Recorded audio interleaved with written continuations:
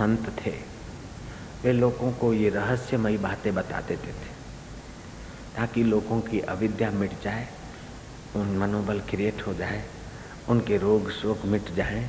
कलयुग में होते हुए भी कलयुग के कलह से, कलयुग के पाप ताप से लोग बच जाए और मुक्त हो जाए।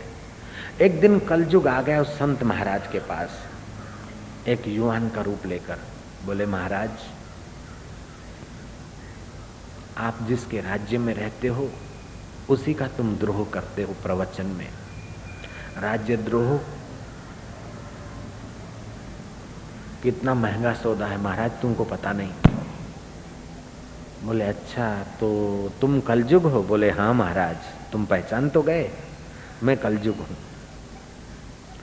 तो कलयुग की विशेषता है कूड़ कपट धोखाधड़ी स्वार्थ और पच पच के मरना। तो मेरे युग में मेरा प्रभाव चलेगा और तुम भगवान का प्रभाव या ज्ञान का प्रभाव छांट रहे हो। महाराज, आज से आपके प्रवचन में थोड़ा मंगलम भगवानम मंगलम गरुड़ध्वजा अला बांधू बला बांधू भूतम, ऐसा करके कन्या मन्या कुर, तुम हमारे चेले हम तुम्हारे गुर, रुपयों की दक्षिणा धर, तू चाहे तर चाहे मर, जैसे और मुल्ला मौलवी करते बाबा बामण, ऐसा आप प्रवचन किया करो, उछामणी कराया करो। आरती करने का इतना हजार, ये इतना हजार, तो आप मेरे युग में रहकर मेरे नाई काम करोगे तो आपको तो बहुत बहुत कुछ मिल जाएगा। लेकिन आप एकदम सारी बातें खोल देते हैं, लोग कलयुग के प्रभाव से मुक्त हो जाए, तो महाराज फिर मेरे को, मेरा सब जगह राज्य है, केवल तुम जहां सत्संग करते हो वहां मेरा राज्य टूट जाता है। मैं सोच रहा था कि तुम सुधर जाओगे, लेकिन महाराज तुम सुधरे नहीं, इसलिए मैं ब्राह्मण का वेश धारण करके तुमको चैलेंज करने आया हूं। जैसे और लोग करते हैं धर्म के नाम पर, ऐसा ही तुम किया करो। महाराज कोई कच्ची मिट्टी के नहीं थे, महाराज का तो मनोबल क्रिएट था, ब्रह्म ज्ञान प्यार। बोले, नहीं तो तू क्या कर देगा?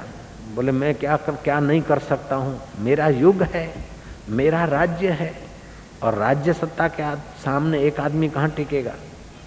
महाराज ने कहा, मैं एक आदमी नहीं, मैं विश्व आत्मा के साथ जुड़ा हूँ, पूरे विश्वेश्वर के साथ में दिखता हूँ एक आदमी, लेकिन ब्रह्मज्ञानी एक आदमी नहीं होता है। बोले, महाराज तो मैं भी एक आदमी नहीं हूँ, पूरे युग के साथ जुड़ा हूँ, आपको देखना है? बोले, हाँ देखना है, जाओ। कलयुग रूठ के चला गया। महाराज सत्संग कर रहे थे और एक आदमी आया, चिल्लाया, इधर तो सत्संग कर रहे हो और वहां से शराब ली, हाथ में मीट था, मीट वाले के पैसे बाकी और मेरे पैसे बाकी, और इधर बड़े कथा कर रहे हो। और उस आदमी ने इतने प्रभाव से कहा कि सुनने वाले आधे लोग तो सुन के चले गए कि कौन पचड़े में पड़ पा। महाराज जाने वो जाने, बाहर दिन में कथा करते, रात को शराब पीते। अरे रे रे, आज तक तो इनकी अफवाहें सुनी थी, अब तो सच्चा लगा। आधे लोग उठ गए। महाराज समझ गए कि कलयुग अपना दाव जमा रहा है। ठीक है, कच्चे कच्चे गए। दूसरे दिन सत्संग हुआ, आ गई एक ललना, क्यों बलमा, रात भर तो बिस्तर पे थे और अभी बड़ी अच्छी कथा कर रहे हो। तुमने तो कहा था कि तेरा हाथ नहीं छोड़ूंगा, लेकिन भूल गए क्या? लवरी बनकर लव कर रहे। आदमी ने देखा कि हद हो गई, महाराज अब चरित्र भ्रष्ट हो गए। बाकी के लोग बहुत सारे उठ खड़े हुए, कुछ गिने गिनाए रहे। तीसरे दिन फिर एक ऐसा ही बमंडल आया। ऐसे करते 50 वर्ष की महाराज की कीर्ति 2 दिन में मिट्टी में मिला दी कलयुग ने। महाराज ने कहा, हाँ, चमत्कार तो दिखा है, चलो कोई बात नहीं। लोग आते थे तो लोगों का भला, नहीं आते तो उनकी मर्जी, मैं तो अपने आप में खुश रहता हूं। महाराज का मनोबल डाउन नहीं हुआ। जयराम जी बोलना पड़ेगा। अगर महाराज यश के भोगी होते तो महाराज हार्ट फेल हो जाते, महाराज वाहवाही के भोगी होते तो हार्ट फेल हो जाते, नहीं तो कलयुग के शरण हो जाते, सरेंडर हो जाते। लेकिन महाराज गुरु के ज्ञान के भोगी थे, आत्मरस के आनंद में मिल रहने वाले। कोई बात नहीं, लोग आना बंद हो गया तो इससे मेरा क्या करना। चौथे दिन कलयुग आया। बोले, महाराज देखा, अभी भी आप सुधर जाओ तो अच्छी बात है। मेरे को आकर कोई कहे तुम सुधर जाओ तो मैं क्या उसको जवाब दूंगा? सोचो, चाहे किसी देश का राष्ट्रपति आकर कह दे कि तुम सुधर जाओ तो मैं क्या जवाब दूंगा?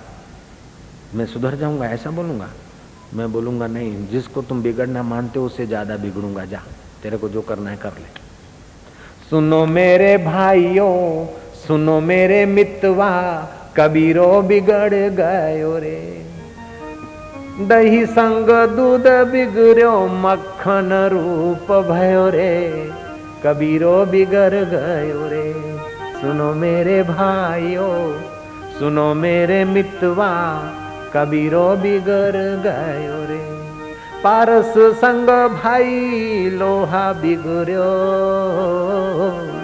पारस संग भाई लोहा बिगड़ो, कंचन रूप भयो रे, कबीरो बिगड़ गयो रे।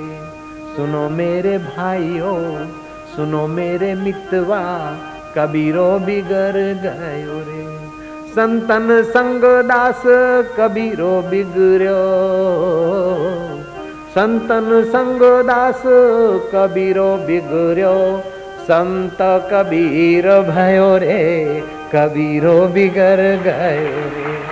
सुनो मेरे भाइयों, सुनो मेरे मितवा, कबीरो बिगड़ गयो रे। हम तो भाई जैसे बिगड़े कहते हो वही बिगड़े रहेंगे।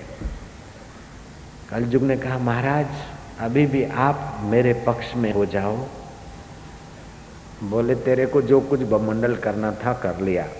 50 वर्ष की लोगों की श्रद्धा भक्ति पर हे कलयुग तूने अपनी सत्ता का दुरुपयोग करके सत्यानाश कर दिया। अब मैं तेरे पक्ष में आऊंगा तो क्या हो गया, तेरे पक्ष में तो मैं कभी नहीं आऊंगा। बोले महाराज अभी भी आप मेरी बात में आओ तो सारी बाजी जो बिगड़ गई है मैं उसको चुटकी में ठीक कर दूंगा। बोले कैसे ठीक करेगा? बोले अच्छा मैं आज जाता हूँ, आज देखना मैं कैसे ठीक कर देता हूँ।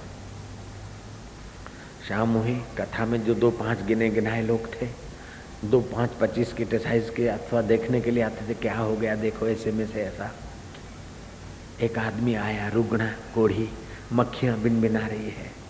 अरे मेरा कोई सहारा नहीं। रात को भगवान ने सपने में कहा ये कबीर महाराज अगर मेरा हाथ पकड़ ले, ये महाराज अगर अपने करमंडलों से पानी छांट दें तो मेरे सारे रोग मिट जाएंगे रे। महाराज का ठिकाना बताओ।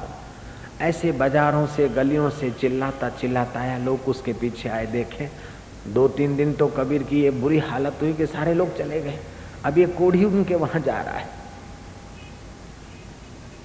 देखा महाराज ने कि ये कोढ़ी का रूप लेकर वही आया है कलयुग। बोले भाई क्या अब क्या करना है?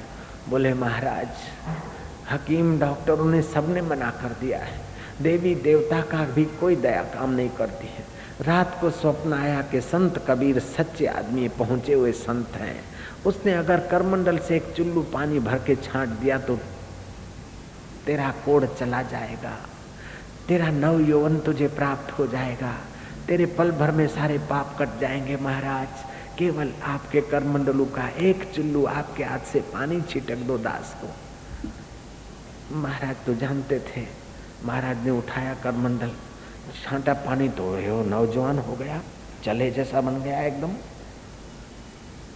लोगों ने देखा कि वैश्या की बात सच्ची थी कि झूठी क्या पता, शराबियों की बात सच्ची थी कि झूठी है क्या पता, लेकिन ये तो प्रत्यक्ष देखा, ये तो हमारे सामने इसको फायदा हुआ देखा हमने। वो तो अफवाहें थी और ये तो सत्य देखा। जो भीड़ टूट गई थी उससे दुगनी भीड़ होने लगी। फिर कलयुग आया, बोले महाराज देखो आपकी दुगनी भीड़ कर दी, अब तो आप मेरे पक्ष में आ जाओ। महाराज ने कहा तू मुझे दबोचने आया तभी मैं नहीं दबा, और प्रलोभन देने आया तभी भी मैं तुम्हारे से प्रभावित नहीं होता हूँ। तुम ही मेरे पास आ रहे हो, उसका मतलब मेरे ब्रह्म ज्ञान में कलयुग से ज्यादा पावर है। मेरे गुरु के ज्ञान में कलयुग से ज्यादा पावर है, मेरे गुरु के प्रसाद में कलयुग से ज्यादा पावर है। इसीलिए तू मनाने के लिए इतने खेल कर रहा है। हम तो भाई ऐसे ही जिएंगे, तेरा हम बिगाड़ते नहीं और तू हमारा बिगाड़ के क्या बिगाड़ेगा। कलयुग ने कहा महाराज आप तो नहीं बिगाड़ते, लेकिन लोगों को आप ऐसा ज्ञान दे देते हैं कि कलयुग में रहते हुए लोग सतयुगी हो जाते हैं। तो मेरा हिस्सा, मेरे राज्य का थोड़ा हिस्सा मानो पराया है, ऐसा मुझे लगता है। बोले बेटा तू सुन, तेरे को ज्ञान देता हूँ। कलयुग को भी ज्ञान देकर उसको भी संतोष दे दिया। ऐसे निर्भीक महापुरुष होते हैं, ब्रह्मवेता होते हैं, संत पुरुष होते हैं।